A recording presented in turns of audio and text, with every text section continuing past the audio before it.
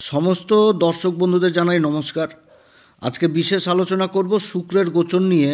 28শে জানুয়ারি শুক্র রাশি পরিবর্তন করছে এবং এই পরিবর্তন মিথুন রাশির উপর কী প্রভাব পড়বে এ বিষয়ে বিশেষ আলোচনা করব। শুক্র রাশি পরিবর্তন করছে, কুম্ভ রাশি থেকে বেরিয়ে মীন রাশিতে প্রবেশ করবে। মীন রাশিতে শুক্রর উচ্চর ঘর এবং এই ঘরে 123 দিন উচ্চ অবস্থায় থাকবে এবং এই সময়কালে আবার দেবগুরু বৃহস্পতি বৃষ রাশিতে অবস্থান করছে। আর দুই গুরুর মধ্যে তৈরি হচ্ছে রাশি পরিবর্তন যোগ। 28শে জানুয়ারিতে প্রবেশ করবে মীন রাশিতে এবং 31শে মে পর্যন্ত থাকবে হচ্ছে এই মীন রাশিতে। আর 28শে জানুয়ারি থেকে 31শে জানুয়ারি পর্যন্ত থাকবে পূর্বা ভাদ্রপদ নক্ষত্রে। তারপরে 1লা ফেব্রুয়ারি থেকে 15ই মে পর্যন্ত থাকবে হচ্ছে উত্তরা ভাদ্রপদ নক্ষত্রে এবং 16ই মে থেকে 31শে মে পর্যন্ত থাকবে রেবতী নক্ষত্রে। রেবতী নক্ষত্র বুধের, আর উত্তরা ভাদ্রপদ শনিদেবের, আর পূর্বা ভাদ্রপদ দেবগুরু বৃহস্পতির নক্ষত্র। এর মাঝখানে আবার মার্চ মাসের 2 তারিখে বকরি হবে এবং এপ্রিলের 13 তারিখ আবার মার্গী হয়ে যাবে। তো মিথুন রাশির ক্ষেত্রে কী রকম ফল দিবে শুক্র? আমাদের জ্যোতিষশাস্ত্র মতে এই দুই গুরু হচ্ছে সবথেকে শুভ গ্রহ, আচার্যের ভূমিকা পালন করে। শুক্র হচ্ছে ঐশ্বর্যের কারক, প্রতিভার কারক, আকর্ষণের কেন্দ্রবিন্দু, ধনসম্পত্তির কারক।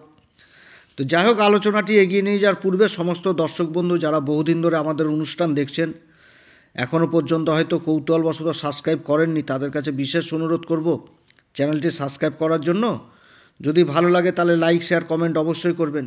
তবে আমি কোনো রকমভাবে বিভ্রান্তি রাখতে চাই না আমার এই মিথুন রাশির বন্ধুদের।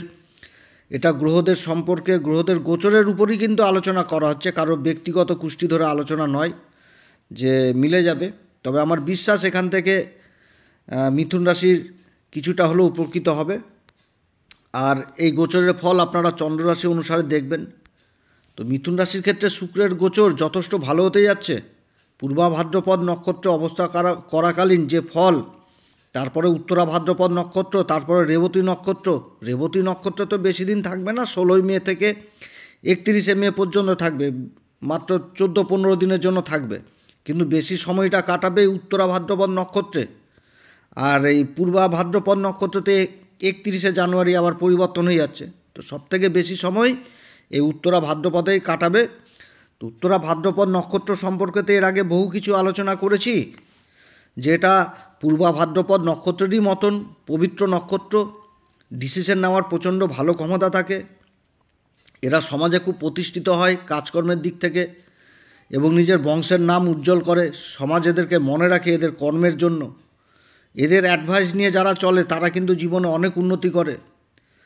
আর এই উত্তরা ভাদ্রপদ নক্ষত্রে শুক্র অবস্থান করবে। এর ভালো গুণ হচ্ছে কি, কারোর সাথে যদি বন্ধুত্ব করে তো সেই বন্ধুত্ব কিভাবে নিভাতে হয় সেটাই কিন্তু এরা খুব ভালো মতন করে জানে। আবার যদি শত্রুতা করে ফেলে তাহলে শত্রুতাও কিভাবে নিভাতে হবে সেটাও কিন্তু জানে। এই উত্তরা ভাদ্রপদ এই নক্ষত্রের দেবতা হচ্ছে অহির্বুদিয়া, পৃথিবীর নিচে বসে থাকা সাপ, যার কোমরের নিচের অংশ হচ্ছে সাপের মতন এবং উপরের অংশ দেবতাদের মতন।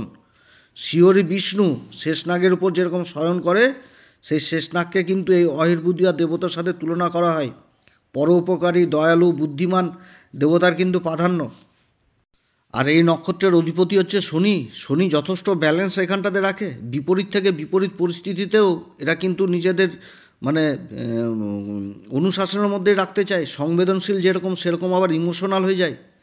এরা হিসাবটাকে খুব মেনটেন করে চলে। আধ্যাত্মিক চেতনা খুব এদের মধ্যে থাকে। এই নক্ষত্রের জাতিকারা খুব ভাগ্যশালী হয়। যে ঘরে যায় সে ঘরে কিন্তু শ্রীবৃদ্ধি ঘটায়। এদেরকে মা লক্ষ্মীর এদের উপর একটা মা লক্ষ্মীর কৃপা থাকে এই উত্তরা ভাদ্রপদ নক্ষত্রের জাতিকাদের উপর। যার জন্য উত্তরা ভাদ্রপদ নক্ষত্রের জাতিকাদের বহু এদের বিয়ে করার জন্য বহু লোক প্রস্তুত থাকে যে এই উত্তরা ভাদ্রপদ নক্ষত্র খুব সৌভাগ্যের প্রতীক।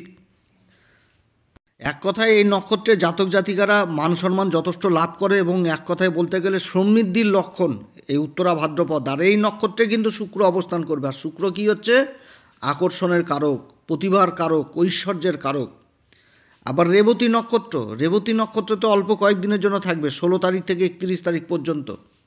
রেবতী নক্ষত্র হচ্ছে 27তম নক্ষত্র। জ্যোতিষশাস্ত্র মতে এটা শেষ নক্ষত্র রেবতী নক্ষত্র। রেবতী কথার অর্থ কী? ধনবান, সমৃদ্ধি, প্রচুর বিত্তশালী, অর্থের দিক থেকে যথেষ্ট ভালো। এই নক্ষত্রের দেবতা হচ্ছে কি? পূষা। সূর্যকে যিনি দেখাশোনা করেন। এই নক্ষত্রের জাতক কিংবা জাতিকেরা মধুরভাষী হয় এবং খুব শৌখিনতা প্রিয় হয়, ভ্রমণ পিপাসু হয়, সাজগোজ জিনিসটা খুব ভালোবাসে জীবনে। এই নক্ষত্রের অধিপতি হচ্ছে বুধ, আর রাশিটা হয়ে গেল মীন রাশি। তো গুরুর সান্নিধ্যে বুধ চলে এসছে, যার জন্য এখানটাতে প্রচণ্ড কল্যাণকারী হয় এবং ঈশ্বরের প্রতি একটা বিশ্বাস থাকে, আশাবাদী হয়। তবে মীন রাশিতে যেহেতু বুধ আবার নীচ হয়ে যায়, যার জন্য এদের মধ্যে আবার আরও একটি স্বভাব থাকে, এরা কিন্তু শিশু সুলভ আচরণ করে, মাঝে মধ্যে শিশুর মতন আচরণ করবে। এই নক্ষত্রে, এই রেবতী নক্ষত্র ছল চাতুরি কোনো রকম পছন্দ করে না। আর ধোঁকা জিনিসটাকে তো একদমই মানে কি বলবো, এটা মানে জীবনের কালো দাগ, এক কথায় ধোঁকা জিনিসটাকে এরা জীবনে সহ্য করতে পারে না। এবং আবার মাঝে মধ্যে সন্দেহ জিনিসটাকে করে, নিজের লোককে খুব, যাকে খুব ভালোবাসবে তাকে কিন্তু আবার সন্দেহ করবে, কিন্তু আবার ফ্যামিলির লোককে আবার খুব বিশ্বাস করবে। গান বাজনা নৃত্য এই সমস্ত দিকে যথেষ্ট রুচি রাখে, কিংবা এই সমস্ত কাজে যারা প্রফেশনাল তারা কিন্তু খুব উন্নতি করে। তরল পদার্থের ব্যবসার সাথে যারা যুক্ত থাকে খুব উন্নতি করে। তারপরে খাবারের কাজ, এই সমস্ত চিকিৎসা বিজ্ঞানও যথেষ্ট উন্নতি করে। রাজনীতির সাথে যারা যুক্ত রয়েছে, ইঞ্জিনিয়ারিংয়ের সাথে যুক্ত রয়েছে যারা, তারাও খুব উন্নতি করে। দামি পাথরের ব্যবসা, এগুলো কিন্তু খুব ভালো এদের দ্বারা হয়। চিকিৎসা বিজ্ঞানে যথেষ্ট ভালো ফল করে। তো এই রেবতী নক্ষত্রে অল্প দিনের জন্য থাকছে।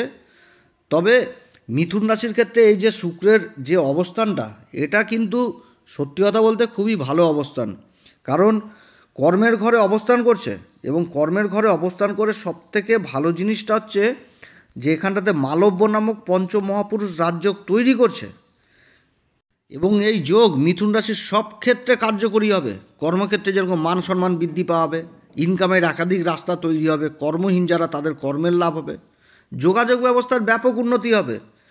এই যে নক্ষত্রগুলো আলোচনা করলাম, পূর্বা ভাদ্রপদ, উত্তরা ভাদ্রপদ এবং রেবতী নক্ষত্র, এর প্রভাবে মানে এই যে নক্ষত্রে শুক্র গোচর করবে উচ্চ অবস্থায়, তার উপর যে মালব্য নামক পঞ্চ মহাপুরুষ রাজযোগ, এবং এই মীন রাশিতে যে গোচর করছে, মীন রাশির অধিপতি দেবগুরু বৃহস্পতি অবস্থান করছে দ্বাদশ ঘরে বৃষ রাশিতে, এটা কিন্তু শুক্রের রাশি। আর এই দুই গুরুর মধ্যে একটা পরিবর্তন যোগ তৈরি হয়েছে। খুব ভালো সময় হতে যাচ্ছে এই মিথুন রাশির ক্ষেত্রে। এই সময়কালে যারা বিদেশি কোম্পানিতে কাজের চেষ্টা করছেন, তাদের কর্মলাভের প্রবল সম্ভাবনা থাকছে। যারা বিদেশি কোম্পানির সাথে কোনো লেনদেনের সাথে জড়িত রয়েছেন, তাদের মধ্যেও একটা মানে যথেষ্ট ভালো হবে, লেখাপড়ির কাজগুলো হবে। তার সাথে যারা বিদেশে যাওয়ার চেষ্টা করছেন কর্মক্ষেত্রে, তাদের যাত্রা হবে এবং কর্মলাভ হবে। মিথুন রাশির ক্ষেত্রে মালব্য যোগের বিশেষ প্রভাব পড়বে, যে কাজগুলো বহুদিন ধরে আটকে পড়েছিল, কোনোভাবেই হচ্ছিল না। এবং কারণ এর আগে যে গ্রহগুলোর অবস্থান ছিল সেগুলো তো সঠিক ছিল না। শনি মার্গী হয়েছিল, কিন্তু ছিল রাহুর নক্ষত্রে। তারপরে তো এই 27শে ডিসেম্বর শনি মার্গী হয়ে আসলো দেবগুরু বৃহস্পতির নক্ষত্রে। আর শনি হচ্ছে মিথুন রাশির ক্ষেত্রে কারক গ্রহ, ভাগ্যের ঘরের অধিপতি। এবার এই যে মার্গী অবস্থা, আর কয়েকদিন পরে রাশি পরিবর্তন করবে। তারপরে শুক্র দশম ঘরে অবস্থান করছে। শুক্রও তো কারক গ্রহ, পঞ্চম ঘরের অধিপতি। কর্মের ঘরে বসে মালব্য নামক পঞ্চমহাপুরুষ রাজযোগ, এর প্রভাবে আটকে থাকা কাজগুলো যথেষ্ট গতিলাভ করবে এবং তাতে যথেষ্ট সফলতা পাবে এই মিথুন রাশি। আর এই সফলতা ব্যবসা ক্ষেত্রে যেরকম হবে, সেরকম কর্মক্ষেত্রে যারা সরকারি কিংবা বেসরকারি কর্মে কর্মরত রয়েছেন, তাদেরও এই সময় প্রমোশনের যোগ রয়েছে। কর্মসূত্রে বিদেশ যাত্রারও যোগ রয়েছে।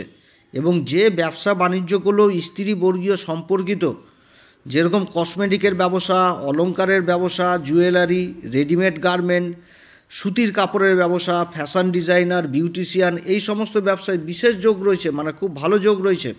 আয় ইনকাম যথেষ্ট বৃদ্ধি পাবে। এছাড়া যারা মিষ্টান্নর কাজে যুক্ত রয়েছেন, তাদের জন্য যথেষ্ট ভালো সময়। ইম্পোর্ট এক্সপোর্টের কাজে সাথে যারা যুক্ত রয়েছেন, তাদের জন্য যথেষ্ট ভালো সময়। যথেষ্ট ভালো সময় হতে যাচ্ছে। এরপরে যখন বুধ রাশি পরিবর্তন করবে, রাশির অধিপতি বুধ যখন রাশি পরিবর্তন করবে ফেব্রুয়ারি মাসের 10 তারিখে, তখন শনির সাথে কিন্তু যোগ তৈরি করছে ভাগ্যের ঘরে লক্ষ্মীনারায়ণ যোগ। ভাগ্যের ঘরের অধিপতি সাথে রাশির অধিপতির যোগ হচ্ছে ভাগ্যেরই ঘরে। যথেষ্ট ভালো সময় এই মিথুন রাশির। তার সাথে মালব্য যোগ দীর্ঘদিন ধরে চলবে 31শে মে পর্যন্ত। তার মাঝখানে আবার বক্রি হবে।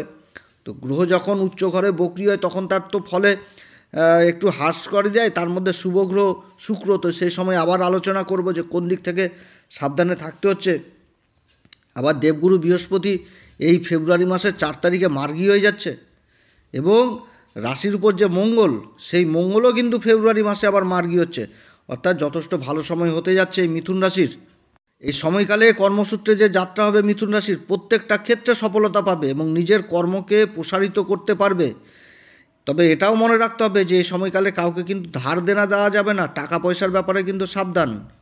টাকা পয়সা যদি ধার দেনা দেওয়া যায় তাহলে কিন্তু সেই টাকা তুলতে ভবিষ্যতে হাতাহাতি শুদ্ধ করতে হবে। দাম্পত্য জীবনে একটা প্রেম ভালোবাসা যথেষ্ট থাকবে, একটা অ্যাডভেঞ্চার লাইফ থাকবে এবং বহু মিথুন রাশির জাতক জাতিকাদের এই সময় তীর্থস্থানে ভ্রমণ হবে। এই সময়কালে আত্মীয় স্বজনদের সাথে সম্পর্ক ভালো থাকবে, বন্ধুদের সাথেও সম্পর্ক ভালো থাকবে। যারা রাজনীতির সাথে যুক্ত রয়েছেন তাদের নিজের কথাকে সমাজের সামনে তুলে ধরতে পারবে, আকর্ষণের কেন্দ্রবিন্দু হবে। কর্মক্ষেত্রে নিজের প্রতিভা যথেষ্ট কাজে লাগবে এই সময় মিথুন রাশির। মুখের কথা জাদুর মতন কাজ করবে, না হওয়া কাজ মানে মুখের কথার দরুন হবে, এমন একটা পরিস্থিতি তৈরি হচ্ছে এই মিথুন রাশির ক্ষেত্রে। তবে এই সময়কালে আবার বিশেষ সাবধানেও থাকতে হবে, কারণ কর্মের ঘরে রাহুর সাথে শুক্রের জুতি তৈরি হয়েছে, লম্পট যোগ। এই যোগ কোনো রকমভাবে মানে এর প্রভাব কিন্তু আবার অন্যরকমও হয়, যেমন বেইমানির রাস্তা চলে আসবে, বেইমানি পথে ইনকামের একাধিক রাস্তা চলে আসবে।